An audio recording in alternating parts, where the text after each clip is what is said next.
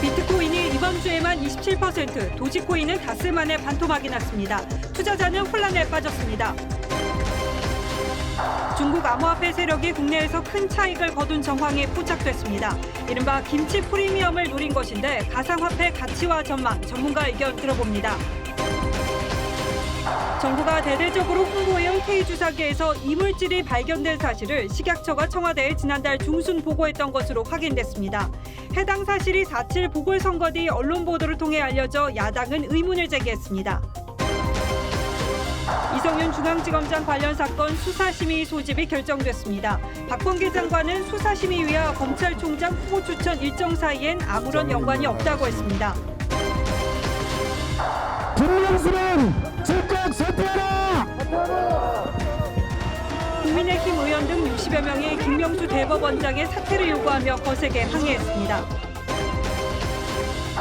한수원이 고리원전 1호기 해체 계획서를 예정보다 1년 빨리 제출하며 해체 절차에 들어갔습니다. 광복회 연간 몸싸움이 벌어졌습니다. 광복회는 김원우 광복회장 멱살을 잡은 광복회원 징계를 논의하는 위원회 개최를 앞두고 있었습니다.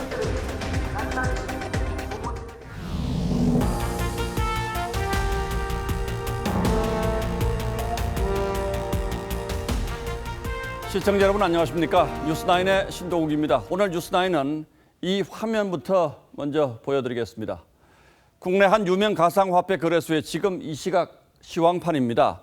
줄지어 늘어선 이 각종 가상화폐들이 금요일 밤 9시가 넘은 이 시각까지 보시는 것처럼 이렇게 활발히 거래되면서 수시로 값이 변하는 모습을 볼 수가 있습니다. 이런 상황은 하루 24시간 주말도 없이 이어집니다. 가상화폐에 빠진 사람들에게는 그야말로 잠 못 드는 밤인 셈이죠. 그런데 심각한 문제는 가격 변동폭이 너무 크다는 점입니다. 대표적인 가상화폐인 비트코인은 이번 주에만 27% 폭락했고 최근 화제가 된 또 다른 가상화폐는 반토막이 났습니다.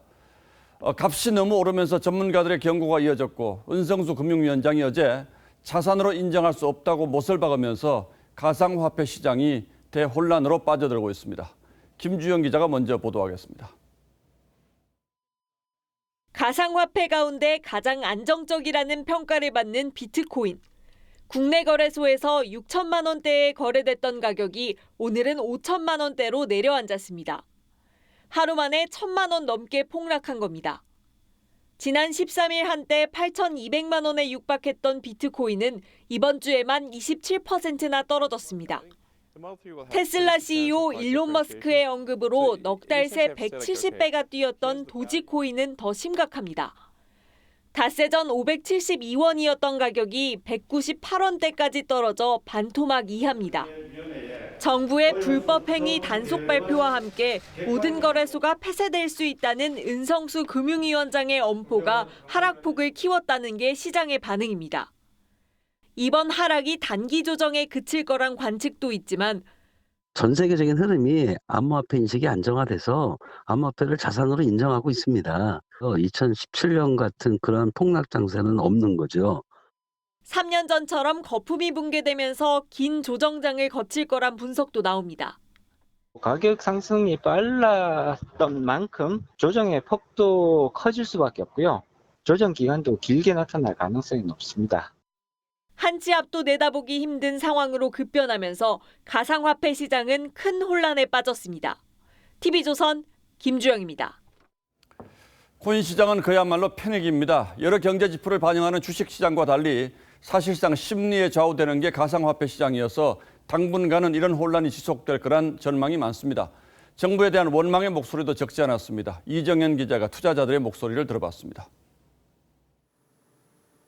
인터넷 게시판엔 가상화폐 투자자들이 남긴 분노의 글이 넘쳐납니다. 평생 일해도 집 못 사서 코인에 희망을 걸었는데 포기하게 만든다. 앞뒤 안 재고 뛰어들었는데 착잡하다거나 투자자 보호는 안 해주고 세금만 걷는다는 불만의 글도 보입니다. 거래소가 모두 폐쇄될 수 있다고 한 은성수 금융위원장 발언을 두고도 반발이 커지고 있습니다. 국민들이 많이 투자한다고 관심 갖고 보호해야 된다 이런 거는 저는 생각하지 않습니다. 은 위원장을 시대착오적 꼰대라고 비난하거나 그의 발언과 후폭풍을 은성수의 난이라고 부르기도 합니다. 금융위원장 사퇴를 요구하는 청와대 국민청원까지 올라와 하루 만에 5만 명 이상 동의했습니다. 정부가 3년 전처럼 엄포만 놓는 것 아니냐는 지적도 나옵니다. 당시 박상기 법무부 장관이 거래소 폐쇄 법안을 만들겠다고 했고 비트코인 가격은 반토막이 났지만 정작 법안은 실현되지 않았습니다. 주식시장 거래보다 훨씬 많은 실체가 있는 것인데도 외면하고 있는 투자자들에게 피해를 주고 시장 안정도 하지 못하는 그런 결과를 더 악화시키고 있다. 정부가 3년간 손을 놓고 있는 사이 거래소는 우후죽순 생겨나 200여 곳에 달하고 투자자는 250만 명에 이르는 것으로 추정되고 있습니다. TV조선 이정현입니다. 그러나 아직은 추적이 쉽지 않은 가상화폐 재산을 숨기는 사례도 늘고 있습니다. 세무당국이 유명 가상화폐 거래소 3곳을 통해서 고액 체납자 1,500여 명의 숨겨놓은 재산을 파악했습니다. 당국이 가상화폐를 팔아서 체납 세금을 징수하려고 하자 수억 원대의 세금을 곧바로 납부하는 웃지 못할 일도 벌어지고 있습니다. 신윤만 기자가 취재했습니다. 강남의 한 병원장 A씨는 4년째 세금 9억 9천만 원을 체납했습니다. 하지만 A씨의 가상화폐 재산은 125억 원에 이릅니다. 서울시가 계좌를 동결하자 다급해진 A씨는 5억 8천만 원을 즉시 납부했습니다. 나머지 4억 1천만 원도 예금 계좌를 담보로 내놨습니다.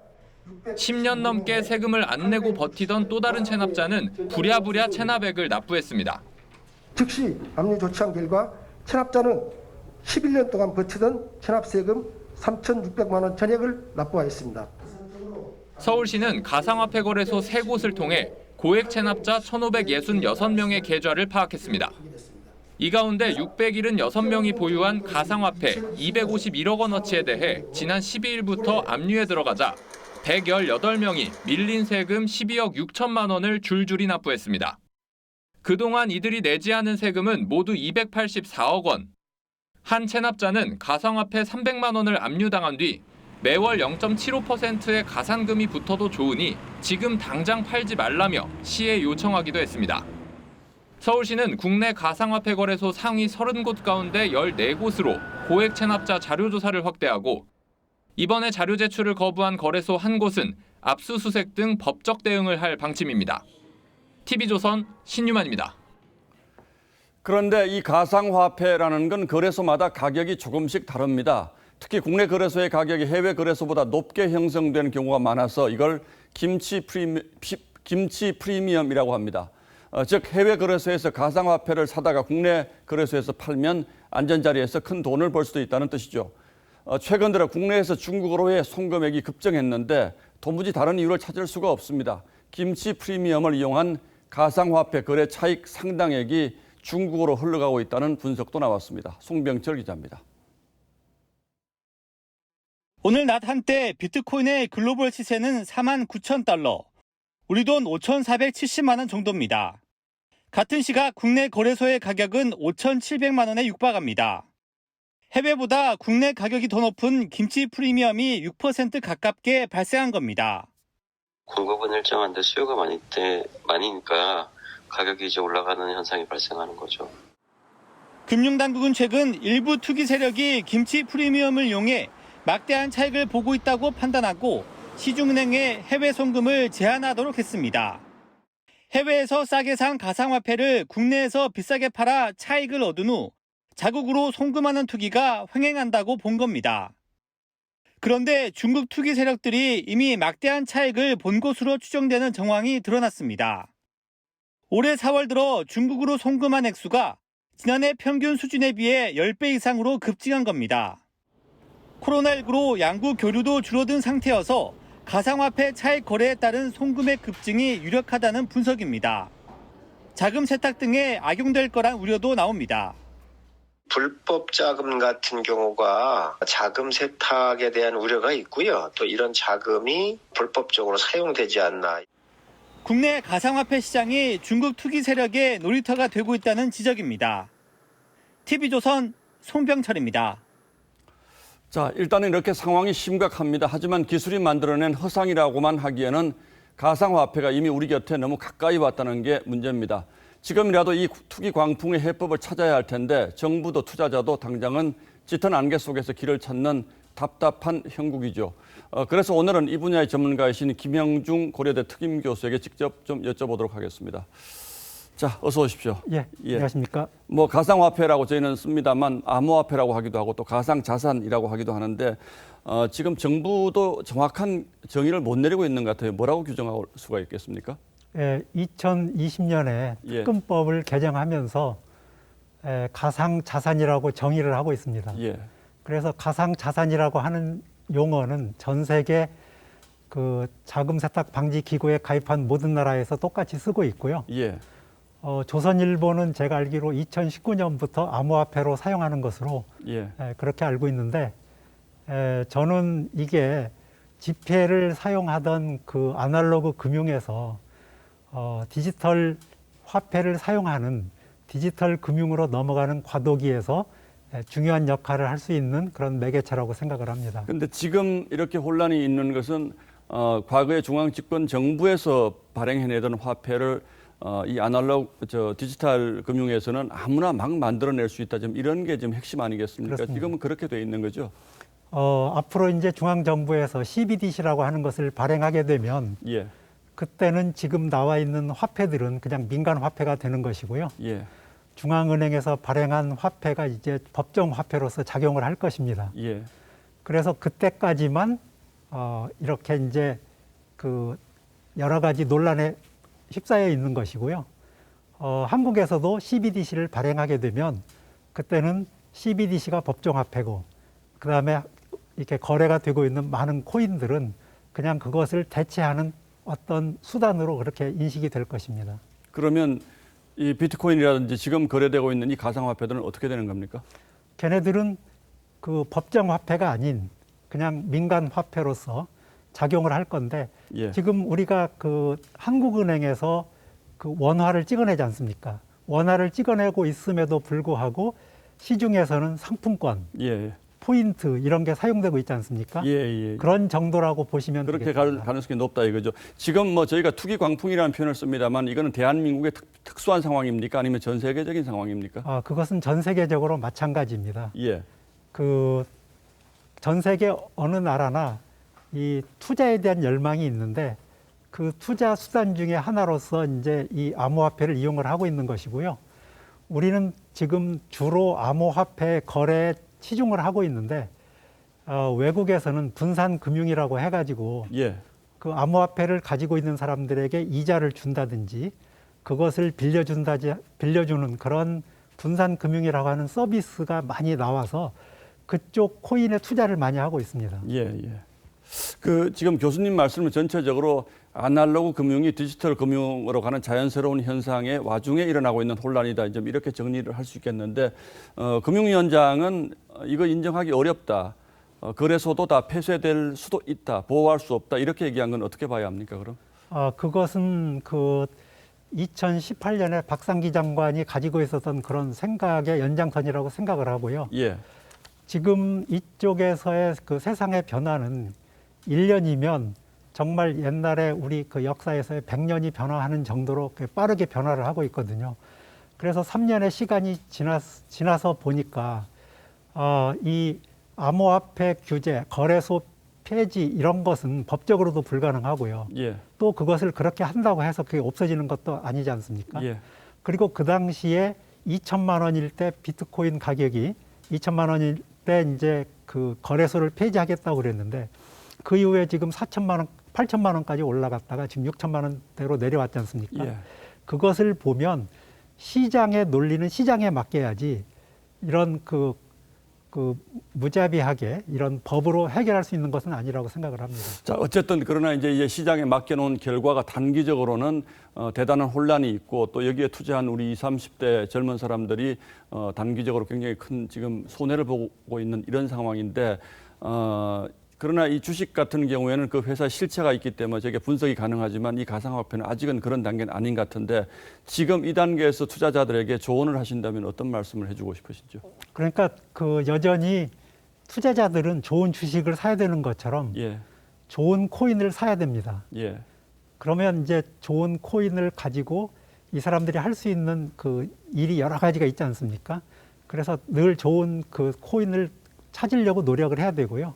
그 다음에 주변에서 가머니설에 그 이게 놀아나면 안 되고요. 예. 자기 주관을 가지고 정보를 찾아보고. 가만히 있으래 너무 휘둘리지 말고 주관을 가지고. 예. 그렇습니다. 예. 그래서 지금 그러면 지금 거래되고 있는 상당히 많은 가상화폐 중에는 조금 전에 말씀하신 정말로 실체가 불분명한 투자해서는 안 되는 이런 가상화폐들도 있다고 보십니까?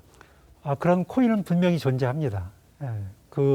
아시는 것처럼 우리나라 거래소에도 예. 많은 코인이 상장이 됐다가 또 상장 폐지가 된 코인들이 있습니다.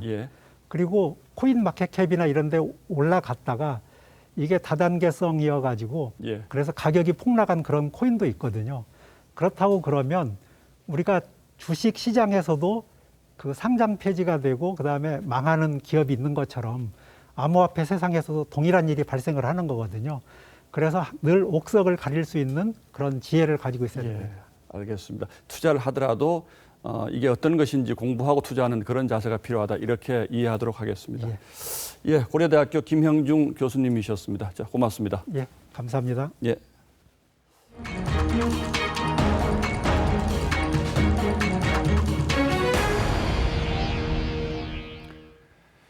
국내 코로나19 신규 확진자가 오늘은 800명에 육박했습니다. 상황이 심각하죠.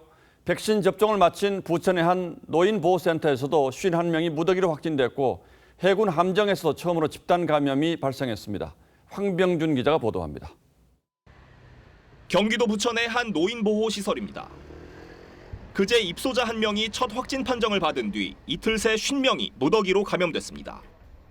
마스크 미착용 시 출입을 금지한다는 안내문이 붙어 있지만 CCTV 확인 결과 일부가 마스크를 제대로 쓰지 않은 것으로 확인됐습니다. 통마스크를 했다든가 환기를 자주 안 시켰다든가 그런 이제 부분적인 방역수칙이 미흡했다. 시설 이용자와 관계자 54명 가운데 35명은 불과 사흘 전 화이자 백신을 접종했습니다. 예방접종 이후에 충분한 항체 형성기 이전에 2주간의 항체 형성기 이전에 감염이 확산된 것으로 이렇게 판단하고 있습니다. 해군 상륙함에서도 처음으로 집단 감염이 발생했습니다. 간부 1명이 처음 확진되면서 나머지 탑승자 83명을 전수검사하자 추가 감염자가 나온 겁니다. 해군은 2주간 모든 함정과 주요 부대 내 거리 두기를 2.5단계로 높였습니다. 반면 확진자가 적은 인구 10만 이하 경북 12개 시군의 거리 두기는 다음 주 월요일부터 1단계로 낮아집니다. 이들 지역은 8명까지 사적 모임이 허용되고 종교시설 수용 인원도 30%에서 50%로 확대됩니다. TV조선 황병준입니다. 이런 가운데 백신 부족을 타개할 방안으로 문재인 대통령까지 검토를 지시한 러시아 백신에 대해서 정부가 도입하지 않겠다는 판단을 내린 것으로 저희 취재 결과 확인됐습니다. 어제도 지적해드렸습니다만 안전성 검증이 덜 됐기 때문이라는 건데 결국 국민들의 혼란만 가중시킨 셈이 됐습니다. 그런데 왜 대통령까지 나서게 했는지 정부 내 의사소통에는 문제가 없는지 다시 한번 의문 부호가 붙습니다. 김도현 기자가 보도합니다. 러시아 백신 도입이 결국 어려워지는 분위기로 흐르고 있습니다. 정부는 공식적으로는 검토 중이란 입장이지만 다양한 자료를 통해서 이 스푸트니크스 백신에 대해서 좀 확인을 하고 있는 상황이고 내부적으론 안전성 문제 때문에 도입하지 않기로 입장을 정한 것으로 알려졌습니다. 정부 고위 관계자도 TV조선에 러시아 백신은 도입하지 않을 계획이라며 조만간 다른 백신을 대량 추가 구매할 것이라고 말했습니다. 백신 늑장 확보 비판 여론을 의식한 정부는 대규모 백신 추가 계약이 임박했다는 예고를 거듭하고 있지만 일부 제약사와는 상당한 물량의 추가 공급에 대한 협의가 매우 진전되었다는 점을 어느 회사 백신을 언제 얼마나 들여올지는 밝히지 못하고 있습니다. 이런 가운데 여당 내에선 러시아 백신 도입을 둘러싼 갑론을박이 이어지고 있습니다. 대권 주자인 정세균 전 총리는 러시아 백신 도입을 선제적으로 주장했던 이재명 경기도지사를 겨냥해 혼란을 초래한다고 비판했습니다. 무작정 계약을 해놨는데 나중에 보니까 이게 남더라. 그럼 그 누구 책임입니까? TV조선 김도영입니다. 국내 백신 수급 불안이 언제 풀릴지 기약할 수 없게 되자 지자체와 대학들도 자구책 마련에 고심하고 있습니다. 서울대학교의 경우에 다음 주부터 대학 차원의 코로나 신속 진단 검사를 도입해서 차질을 빚고 있는 연구실 등을 정상화하기로 했습니다. 정부만 쳐다보고 있을 수 없다는 움직임이 곳곳에서 일고 있습니다. 한지연 기자가 보도합니다. 서울대 자연과학대 연구동 주차장입니다. 코로나 선별검사소와 유사한 자체 검사 시설이 들어섰습니다. 실험과 실습이 필수적인 자연과학대부터 자체 진단검사로 정상화를 시도해보겠다는 겁니다. 검체 채취에서 감염 의심 사례 진단까지 가능합니다. 또 멀리까지 갈 필요도 없고 많이 편하고 좋은 것 같습니다. 손소독과 발열 체크, 본인 확인을 거친 뒤 이렇게 방역 게이트를 지나면 검사를 받을 수 있습니다. 검사를 받고 나면 2시간 안에 문자로 결과를 통보받게 됩니다. 신속 코로나 분자 검사 방식인 이 검사에 걸리는 시간은 2시간 남짓. 양성 환자를 구별해내는 민감도가 95% 이상이지만 양성이 나오면 즉시 보건소로 이동해 PCR 검사를 받도록 했습니다. 서울대는 시범 운영을 거쳐 대면 활동을 원하는 다른 단과대학으로 확대 적용할 예정입니다. 실험 교육을 직접 캠퍼스에 와서 할 수 있게 된다면 그게 가장 좋은 기대 효과라고 지금 기대를 하고 있습니다. 오세훈 서울시장의 자가검사 키트 도입 주장 이후 식품의약품안전처도 오늘 20분 정도면 코로나 감염 여부를 확인할 수 있는 진단키트 2개를 조건부로 허가했습니다. 약국은 물론 온라인 판매도 허용됐지만 환자를 찾아내는 민감도가 90% 이하여서 보조수단으로만 사용하도록 했습니다. TV조선 한지은입니다. 지난 지방선거에서 정부 여당이 K-방역의 성과라며 대대적으로 선전한 것 가운데 하나가 이른바 K-주사기였습니다. 그런데 선거 40일 전에 이미 이물질이 발견됐다는 보고가 있었고 해당 주사기를 회수하기까지 했던 사실이 저희 취재 결과 확인됐습니다. 청와대도 이 사실을 알았지만 선거가 끝날 때까지 공개하지 않았고 민주당은 홍보에 열을 올렸습니다.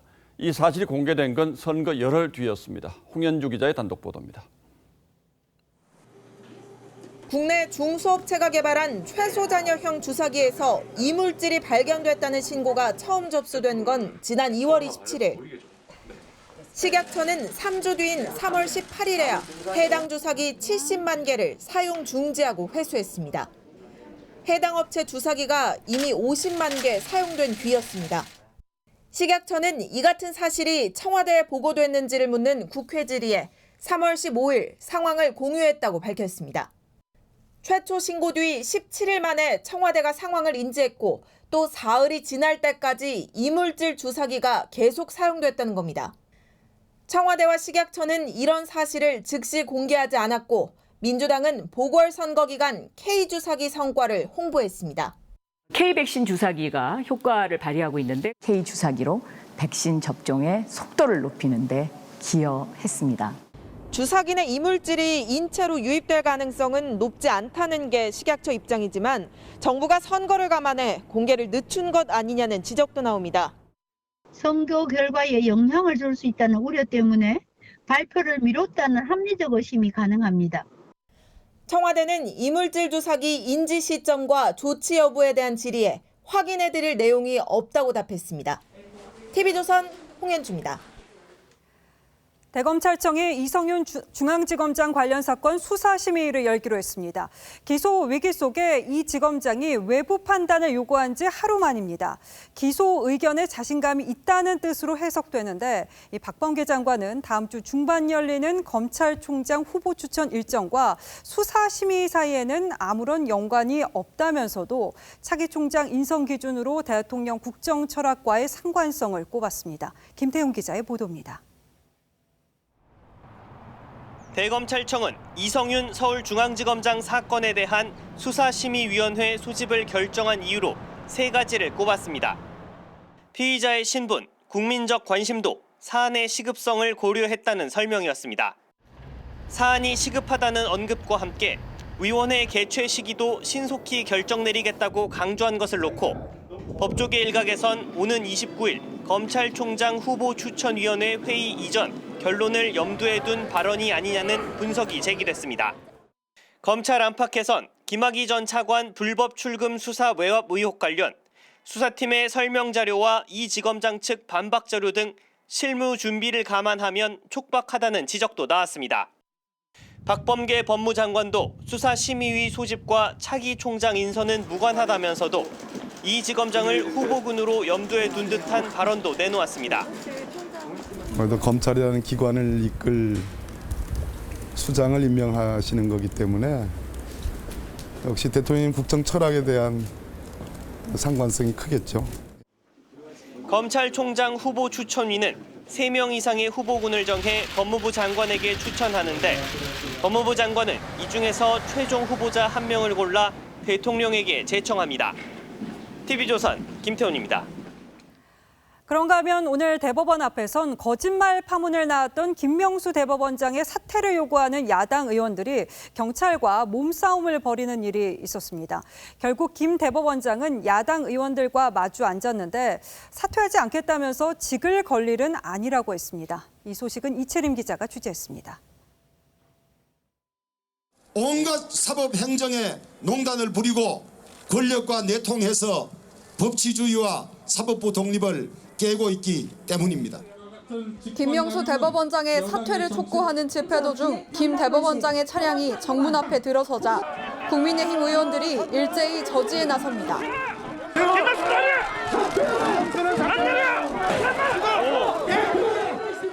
경찰과 방호원들이 의원들을 몸으로 막으며 순식간에 아수라장이 됐습니다. 일부 의원이 저지선을 뚫고 진입했지만 이내 끌려 나왔고 5분도 안 돼 의원 등 60여 명이 철문 밖으로 내쫓겼습니다. 김명수는 즉각 사퇴하라! 법의 날을 이틀 앞두고 시민단체와 함께 집회를 연 조호영 대표 대행은 44일간의 출근길 1인 시위에도 김 대법원장이 한 번도 차에서 내리지 않았다며 면담을 호소하려 했지만 경찰이 과잉 제지했다고 비판했습니다. 대법원 측과 협의 끝에 일부 의원들이 면담을 했지만 김 대법원장은 여전히 사퇴 요구를 거부했습니다. 유감이지만 직을 걸어야 될 일은 아니라고 답변했습니다. 국민의힘은 법원의 여권 편향적 판결과 인사 문제를 적시한 이른바 김명수 백서를 다음 달 발표할 예정입니다. TV조선 이채리입니다. 몸싸움은 광복회관에서도 벌어졌습니다. 이 광복회가 공개석상에서 김원웅 회장의 멱살을 잡은 회원에 대한 징계 논의 개최를 앞두고 있었는데 회원과 몸싸움의 상벌위원회도 파행됐습니다. 광복회에 도대체 무슨 일이 벌어지고 있는 건지 오늘의 포커스는 여기에 맞추겠습니다. 광복회 상벌위원회가 열린 서울 여의도 광복회관. 독립유공자 김봉준 선생의 후손 김임용 씨가 지인들과 진입을 시도하다가 제지당합니다. 나 광복 회원이야! 회원! 비켜! 광복 회원도 막아! 임시정부 수립 기념식에서 김원웅 광복회장의 멱살을 잡은 김 씨에 대한 징계를 논의하는 자리였지만 회원들 간 몸싸움이 거세지면서 시작도 전에 파행됐죠. 저희 집안은 7분이 독립유공자였습니다. 그런 피를 받아서 그런지 좀 속에서 부글부글 끓는 거 그걸 못 참았습니다. 이자는 그간의 행위를 제가 굳이 말하지 않아도 김원웅 회장에 반대하는 광복회원 30여 명은 김 회장 사퇴를 요구하는 현수막을 걸고 맞불 집회를 열었죠. 광복회의 내용이 본격적으로 수면 위로 떠오른 건 지난 1월. 김 회장이 추미애 전 법무부 장관에게 광복회의 이름으로 상을 수여하면서죠. 정치적 중립 위반이라는 내부 비판과 반발에도 김 회장이 강행하면서 광복회가 사부 노열됐다는 말까지 나왔습니다. 추미애 장관께 이 상을 드리는 것을 저는 진심으로 영광스럽게 생각합니다. 광복회와 김 회장을 둘러싼 논란은 이뿐이 아니지요. 김 회장은 지난해 광복절 기념사에서 이승만 전 대통령과 애국가를 작곡한 안익태 선생을 친일파라고 비난했고 이승만은 반민특위를 폭력적으로 해체시키고 친일파와 결탁했습니다. 친일 행위자는 현충원에서 파묘해야 한다고 주장했죠. 김구 선생의 장손인 김진 광복회 대의원, 윤봉길 의사의 손녀인 윤주경 국민의힘 의원은 국민 편가르기 하는 것을 더는 참을 수 없다고 목소리를 냈습니다. 광복회 회원들도 개형 모임, 정상화 추진본부 등을 만들어 김 회장 사퇴를 요구했지만 김 회장은 최근에도 민족 분단의 불행을 안겨준 것이 미국이라고 주장하는 등 정치적 발언을 계속해왔습니다. 사실상 징계를 받아야 할 사람은 불법을 저지르고 수없는 불안한 처신을 자행한 김은호 아닌가요? 역사와 보훈의 문제를 다루어야 할 광복회가 정치 논쟁의 장이 되고 있습니다. 뉴스나인 포커스였습니다. 서해 먼바다에서 스티로폼 상자 수백 개가 둥둥 떠다니는 게 발견됐는데 4억 원어치 중국산 담배였습니다. 국내로 중국 담배를 들여오기 위해서 해상 밀수에 흔히 쓰이는 이른바 던지기 수법을 이용한 겁니다. 박건우 기자입니다. 바다 위에 흰색 스티로폼 상자 더미가 둥둥 떠다닙니다. 흩어지지 않도록 그물로 단단히 묶어놨습니다. 현재 담배로 보이는 스티로폼 박스. 스티로폼 상자는 모두 344개. 상자를 뜯어보니 중국산 담배가 쏟아집니다. 담배로 확인돼. 광주 세관과 군산 해경 등은 지난 20일 낮 12시쯤 항구에서 중국산 담배 293상자 4억 원어치를 밀수하려던 일당 4명을 붙잡았습니다. 해경은 바다에서 발견한 상자 344개도 이들이 밀수하려던 것으로 보고 있습니다. 밀수 일당은 스티로폼 상자를 비닐로 꽁꽁 싸매 담배가 물에 젖지 않도록 방수 처리도 했습니다. 공해상에서 밀수를 하는 이른바 던지기 수법입니다. 밀반입된 중국산 담배는 대부분 국내에 거주하는 중국인들에게 은밀하게 유통되고 있는 것으로 알려졌습니다. 중국산 담배가 현재 코로나19로 인하여 잘 공급이 되지 않자 밀수 조직들이 해상을 통하여 밀수를 하는 것 같습니다. 바다를 이용해 중국에서 국내로 밀수하다 적발된 건 지난 2008년 8억 원대 장내삼 밀수 이후 13년 만입니다. TV조선 박건우입니다. 올해는 기상 관측 100년 만에 벚꽃이 가장 빨리 피는 등 이른 봄이 찾아왔죠. 이 개화가 빨라지면서 꽃가루도 일찍 날렸는데 그런데 이 꽃가루가 알레르기뿐 아니라 코로나 감염률도 높인다는 연구 결과가 나왔습니다. 우리나라를 비롯한 31개국 데이터를 모은 결과이기도 합니다.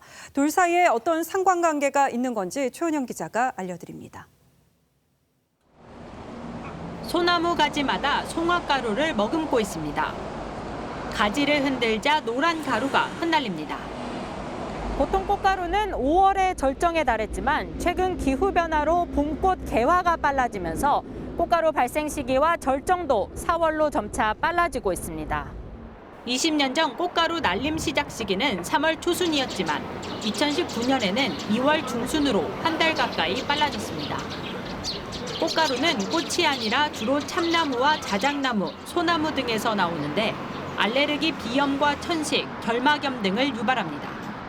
원래 좀 이 시기에 재채기랑 기침이 많이 나오는 편인데 올해는 그게 좀 꽃가루 때문에 더 빨라진 것 같고. 꽃가루 수가 증가한 뒤 나흘째가 되면 코로나19 감염률이 높아진다는 우리나라를 비롯한 31개국의 공동 연구 결과도 있습니다. 꽃가루에 노출되면 그 알레르기보다도 면역성, 우리 몸에 다 항바이러스 면역이 있는데 그 항바이러스 면역을 감소시키는 그런 역할을 하게 됩니다. 기상청은 꽃가루 농도 위험 지수를 확인하고 고농도 시에는 알레르기 반응이 심한 사람은 외출을 자제하라고 당부했습니다. TV조선 최원영입니다. 산이나 바다에 설치하던 태양광 발전 패널이 농지에도 우후죽순 생겨나고 있습니다. 급기야 전북의 한 농촌에서는 태양광 패널이 주거지 2배에 달하는 상황이 벌어지기도 합니다.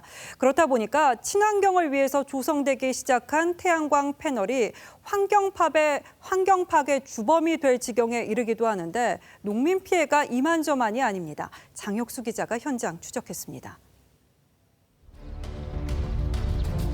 전북 익산 구자마을. 입구부터 태양광 패널이 보입니다. 주택가 바로 옆 50m도 안 되는 곳에 패널이 줄줄이 늘어섰습니다. 얼마나 많은지 마을을 둘러싼 태양광 시설 면적은 25만 제곱미터를 넘습니다. 규모가 주민 주거지의 2배에 달해 마을이 아니라 태양광 발전단지처럼 보일 정도입니다. 이런 초대형 태양광 패널은 마을 주민이 소유 농지 위에 만들었습니다.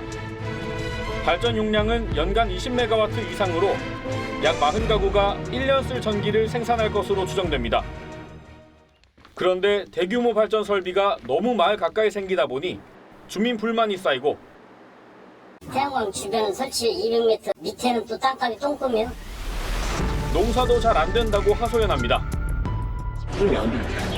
4번 또 시도를 해도 안 되죠. 사업 허가 과정에도 문제가 있다는 주장이 나옵니다. 익산시 조례에 따르면 주거지 인근에 태양광 시설을 설치하기 위해선 주민 80%의 동의를 얻어야 하는데 일부 동의서에 누군가 대리 서명을 했다는 겁니다. 그분은 글씨도 몰라요. 그때는 이장하고 이제 분여장 둘이 와가지고 거기다 이제 쉽게 말해 사인을 해주라고 그러더래요. 허가를 내준 익산시는 문제가 없다는 입장입니다. 주민 동의서를 받아가지고 여기서 이제 가져오면 여기서 이제 확인하는 절차를 하죠. 하지만 동의서에 이름이 있는 주민에게 확인해 보니 서명이 여기 기입이 돼 있는데 나 몰라요. 나 안 했어요. 모르신다고요? 네. 안 했다고요? 네. 모르는 게 아니라 나 그런 적 없는데. 씨가 본인은 서명하신 적이 없다고 하는데 저희가 그리고 이게 진짜 동의를 받냐 안 했냐 이것까지는 가려서 할 수 없어요. 일을 진행하면서 그렇게는 안 해요. 전국 농지에 설치된 태양광 설비는 2018년 3,440곳에서 2020년 6,542곳으로 2배 가까이 늘었습니다. 하지만 최근 완도에서 태양광 업자에게 돈을 받은 이장이 동의서를 조작한 혐의로 고발되는 등 잡음도 끊이지 않는 상황. 신재생에너지와 농가소득 증대를 위해 정부가 장려한 농촌 태양광 발전 사업이 곳곳에서 갈등을 부추긴다는 지적입니다. 이미 다 끝났는데 해봤자 뭔 소리야. 현장 추적 장혁수입니다. 서울 태릉 골프장에 만가구를 짓는 미니 신도시 조성 계획을 지난해 8월 정부가 발표했죠. 발표가 나자마자 주민부터 지자체, 정치권에서 반발이 이어졌는데 결국 해당 지자체가 주택 공급을 절반으로 줄이라고 정부에 요구하는 상황에 다다랐습니다. 그동안 무슨 일이 있었던 건지 임유진 기자가 취재했습니다.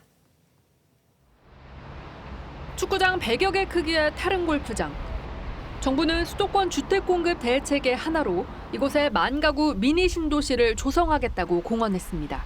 절반 이상은 공원도로 학교 등으로, 절반 이하는 주택 부지로 계획하여 1만 호의 주택을 공급하겠습니다.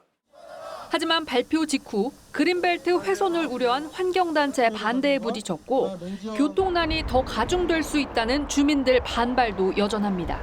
일이 별내 들어오고 나서 일이 막히죠. 출퇴근 때 되면 말도 못해요. 임대주택들도 많이 들어온다고 그러고. 여당 소속의 노원구청장이나 구의원들도 정부 계획에 반대해왔습니다. 급기야 노원구는 공급 가구 수를 절반으로 줄이라고 정부에 요구하고 나섰습니다. 대부분이 이제 녹지로 채워져 있잖아요. 그런 부분이 이제 고밀도의 아파트가 들어오는 거에 대해서는 이제 원칙적으로 반대한다. 앞서 오세훈 서울시장도 태릉 골프장 개발 철회를 공약으로 내건 만큼 서울시와의 그린벨트 해제 협의 등 곳곳에서 사업에 제동이 걸릴 전망입니다. 국토교통부는 공급 규모를 어느 정도 조정할 수 있다면서도 대체 사업지 발굴로 공급 총량은 유지하겠다고 밝혔습니다. TV조선 임유진입니다. 다음 뉴스입니다. 한국수력원자력이 수명을 다한 고리원전 1호기에 대한 해체 수순에 들어갔습니다. 원래 계획보다 1년 빨리 해체 계획서를 제출한다는 건데 정작 중요한 사용 후 핵 연료 처리 방안도 계획서에는 빠져 있어서 너무 서두르는 것 아니냐는 지적이 있습니다. 박상현 기자가 취재했습니다. 2017년 6월 영구 정지된 고리원전 1호기. 대한민국은 국내 최초의 고리원전 1호기를 영구 정지했습니다. 한국수력원자력이 고리원전 1호기에 대한 최종 해체 계획서를 다음 달 원자력안전위원회에 제출하기로 했습니다. 계획서 제출 기한인 내년 6월보다 1년 앞당긴 조치입니다. 한수원은 원안위의 계획서 심사에 2년 이상 걸려 현 정부 임기 내 해체 작업 착수는 불가능하다고 밝혔지만 이번 정부에서 해체 심사를 시작해 유리한 결과를 받으려 하는 거 아니냐는 지적을 받고 있습니다. 계획만 앞서가는 것 같은데요. 서두를 필요가 사실 없죠. 정부 탈원전 정책에 부응하기 위해서 이렇게 하는 거로 보여지죠. 더 큰 문제는 고리원전 1호 해체는 국내에서 처음 시도하는 원전 해체임에도 불구하고 사용 후 핵연료의 처리 방안도 계획서에 담기지 않았다는 겁니다. 대비가 이루어지지 않는 상황에서 그렇게 선언적으로 해체를 하겠다고 하는 것은 심각한 자원의 낭비이기도 합니다. 수명을 다한 고리원전 1호기, 석연치 않은 해체 계획에 불신만 커지고 있습니다. TV조선 박상현입니다. 월성 원전 1호기 조기 폐쇄 의혹 관련 수사도 마무리 수순에 들어갔습니다. 검찰이 최근 최이봉 전 청와대 산업정책비서관을 불러서 조사했고, 이에 앞서 백운규 전 산업통상자원부 장관도 다시 조사를 했는데, 이 두 사람에 대한 기소 여부가 결정되면 수사는 사실상 끝나는 셈입니다. 관심을 끌었던 정권 핵심부의 개입 여부는 결국 진실 규명이 어려울 전망입니다. 최민식 기자가 보도합니다. 한국수력원자력이사회가 월성 1호기 조기 폐쇄를 의결한 2018년 6월, 검찰은 당시 경제성 평가조작에 관여한 윗선 수사를 벌여왔습니다. 지난 2월 백운규 전 산업통상자원부 장관 구속영장이 기각된 이후 보강 수사도 윗선 규명에 집중됐습니다. 검찰은 최근 당시 청와대 산업정책비서관을 지낸 최이봉 한국가스공사 사장을 피의자 신분으로 소환 조사했습니다. 최 전 비서관 소환을 전후해 백 전 장관 추가 조사도 이뤄진 것으로 파악됐습니다. 대전지검 수사팀은 최 전 비서관에게 월성 1호기 즉시 가동 중단을 산업부 공무원에게 지시한 경위를 캐물은 것으로 알려졌습니다. 최 전 비서관은 2018년 4월 월성 1호기 조기 폐쇄의 결정적 근거가 된 한국수력원자력의 경제성 평가 점수를 낮추도록 하는 데 관여했다는 의혹을 받고 있습니다. 문재인 대통령이 월성 1호기 가동 중단은 언제 결정하느냐고 물어본 직후였습니다. 최 전 비서관은 물론 백 전 장관도 관련 혐의를 강하게 부인한 것으로 전해졌습니다. 법과 원칙에 근거하여 적법 절차로 업무를 처리하였습니다. 수사를 마무리한 대전지검은 기소 여부를 검토 중입니다. TV조선 최민식입니다. 올림픽을 앞두고 있는 일본의 코로나 상황이 심상치 않습니다. 하루 확진자가 이틀째 5천 명을 넘기고 누적 사망자가 10,000명에 육박하고 있는 건데, 결국 다시 긴급사태를 선포했습니다. 그런데 이런 상황에도 일본은 올림픽은 하고 싶다는 입장입니다. 괜찮을까요? 송모빈 기자입니다. 긴급사태는 도쿄도와 오사카부 등 일본의 광역자치단체 4곳에 내려졌습니다. 다음 달 11일까지 음식점은 저녁 8시까지만 문을 열어야 합니다. 술집에 대해선 휴업을 요청하기로 했습니다. 지난 2차례의 긴급사태 때보다 수위가 높아졌습니다. 일본의 하루 확진자는 이틀 연속 5,000명대고 누적 사망자는 10,000명에 달합니다. 이런 상황이 계속되면 오는 7월로 예정된 올림픽 개최를 장담할 수 없습니다. 스가 총리는 안전을 위해 노력할 거라며 도쿄올림픽을 예정대로 진행하고 싶다고 말했습니다. 토마스 바흐 IOC 위원장도 일본 정부의 선제적인 조치로 올림픽과는 관련이 없다고 거들었습니다. A high vaccination rate, I think, will really make the Olympic Village a pretty safe place. 하지만 개최국 일본의 백신 접종률은 2%도 안 됩니다. 선수에 대한 접종도 속도를 못 내고 이들의 접종률도 정확히 잡힌 게 없습니다.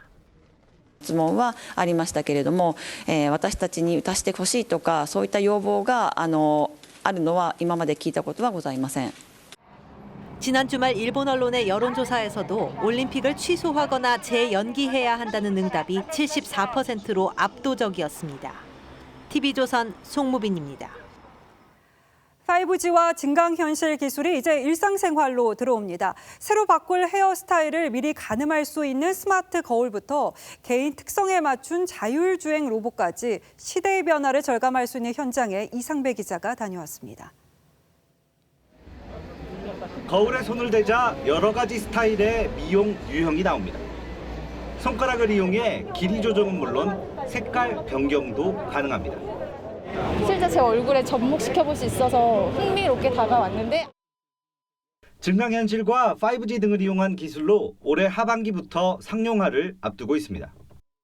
기술 개발이나 AR 기능을 통해서 안경점이나 뭐 피트니스 센터나 또 다른 어떤 의류 매장이나 이런 쪽으로도 자율주행 기술을 탑재한 이동형 로봇도 등장했습니다.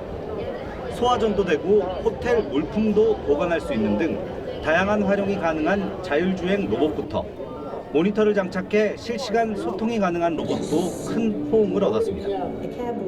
월드 IT쇼 2021은 국내외 300여 업체가 참여했는데 특히 국내 중소기업과 스타트업의 신제품이 많았습니다. 박람회에선 포스트 코로나 시대에 맞춘 방역 비대면 기술들이 큰 인기를 끌었습니다.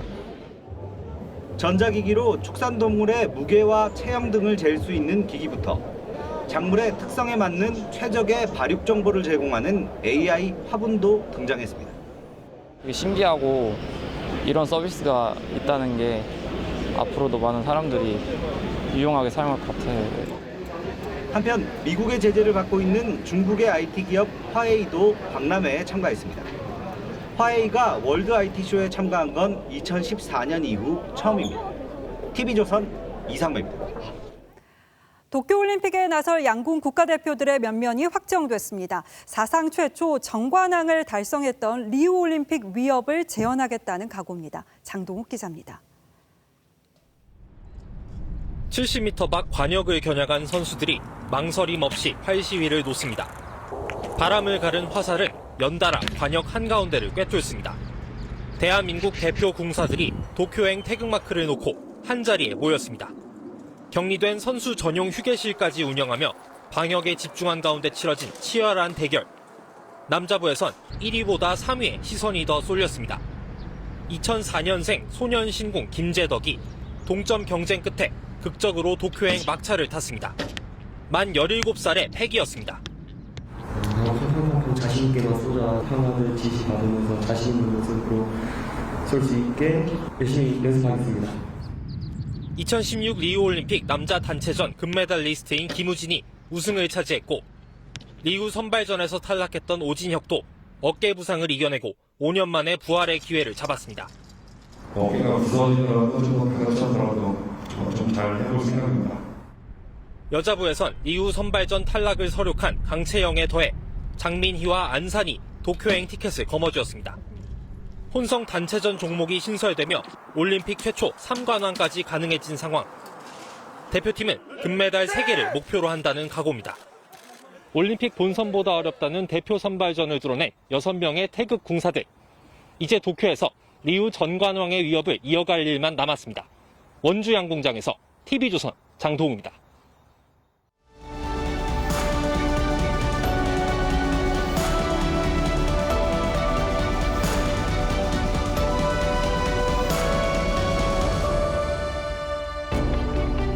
We say sorry. We say sorry. We say sorry. 지난 2008년 케빈 러드 호주 총리는 의회에 나가 반성합니다 5번, 미안합니다 9번, 사과합니다를 18번 말했습니다. 호주 정부의 원주민 탄압을 100년 만에 사과하는 자리였죠. 사상 처음 의사당에 들어온 원주민들은 춤을 추며 자축했습니다. 서럽게 안고 환호하며 눈물을 흘렸습니다.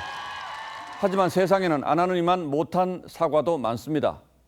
제가 어떤 잘못을 했건 본의 아니게 저지른 잘못, 만약에 실수가 있었다면 피해를 줬다니 유감, 운운하는 경우들이죠. 그리고 또 하나가 머리를 숙이는 방향이 틀린 사과입니다. 한 뉴질랜드 정상 간의 통화에서 외교관 성추행 문제가 제기되는 바람에 나라 망신을 당한 일이 그랬습니다. 그 책임과 질책은 장관의 몫이고 사과는 국민이 받아야 했지만 장관은 엉뚱한 곳으로 고개를 숙였습니다. 대통령께서 그 불편한 위치에 계시게 된 점에 대해서 죄송스럽게 생각합니다. 윤호중 민주당 원내대표가 현 충원에 무릎 꿇어 참배하고 남긴 방명록입니다. 이 피해자님은 박원순 오거돈 성추행 사건의 피해자를 가리킨다고 합니다. 피해 호소인보다는 나은 극존칭인데도 이게 뭐지라는 의구심을 먼저 불렀습니다. 당장 오거돈 사건 피해자가 저는 순국선열이 아니다. 말뿐인 사과는 필요 없다. 제발 그만 괴롭히라고 했습니다. 박원순 사건 피해자 측도 장소와 방법이 부적절하다고 했습니다. 윤 원내대표는 직접 찾아가며 신원이 밝혀질까 봐 그랬다고 했지만 그 방법이야 찾으려고만 했다면 얼마든지 있었을 겁니다. 나무에서 물고기를 찾는다는 옛말도 있듯 사과와 해명, 위로와 감사에도 적절한 장소와 방식 지켜야 할 도리가 있습니다. 플로이드가 목숨을 희생한 데 감사한다고 말한 펠로시 미 하원 의장이나 문재인 대통령이 팽목항 세월호 방명록에 미안하다, 고맙다고 썼던 일도 그래서 다시 떠올리게 됩니다. 사자성어에는 이렇게 동서가 들어간 말들이 유난히 많습니다. 어디가 어딘지 방향을 분간 못하는 듯한 사과에 현충원에 계신 선열들도 어리둥절하셨을 것 같습니다. 피해 호소인이라는 기발한 호칭으로 본질을 뭉치고 지나가려 했던 일이나 이번 경우나 모양새는 다르지만 결국 본질은 하나가 아닐까 하는 생각이 머릿속을 떠나지 않습니다. 4월 23일 앵커의 시선은 진짜 사과란 이었습니다.